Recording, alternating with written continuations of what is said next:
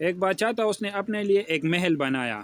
اس محل کی تعمیر کے لیے اس نے اپنے تجوری کے دروازے کھول دیے اور اس پہ بہت سارا پیسہ خرچ کیا، اور وہ جو محل بنایا وہ بہت عالیشان، بہت زبردست محل بنایا اس میں کوئی کمی اس نے نہیں چھوڑی۔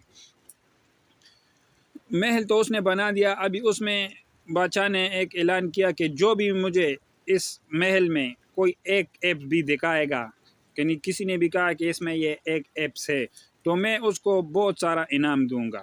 لوگ آتے گئے اور جاتے گئے، آتے گئے اور جاتے گئے، بہت دن گزر گئے، لوگ آتے تھے دیکھتے تھے، اس میں کوئی ایپ ہی نہیں تھا۔ اس نے وہ محل جو ہے اتنا زبردست خوبصورت بنایا تھا، اس میں کوئی ایپ کسی کو نظر ہی نہیں آتا تھا۔ اتنے میں دن گزرتے گئے، ایک فقیر کا ادھر سے گزرنا ہوا۔ وہ فقیر نے دیکھا کہ بادشاہ نے ایسا ایک اناؤنسمنٹ کیا ہے کہ اس کے محل میں لوگوں سے پتہ لگایا اس نے کہ ایسا ایسا ہے، تو فقیر بھی چلا گیا محل کو دیکھنے کے لیے۔ اس نے کہا چلو میں بھی دیکھتا ہوں۔ جب فقیر محل میں اندر چلا گیا، اس نے بھی پورا محل دیکھ لیا، تو باہر آ کے اس بادشاہ کے سامنے پیش ہوا۔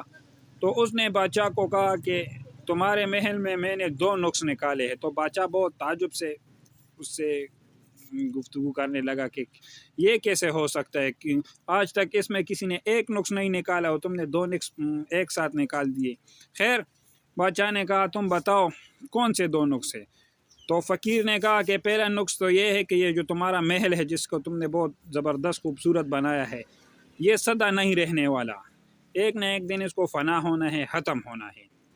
بادشاہ نے بہت تعجب سے پوچھا کہ دوسرا نقص؟ تو فقیر نے کہا کہ دوسرا نقص یہ ہے کہ تم بھی اس محل میں زندگی بھر نہیں رہو گے، تمہیں بھی ایک نہ ایک دن یہ محل چھوڑ کر جانا پڑے گا۔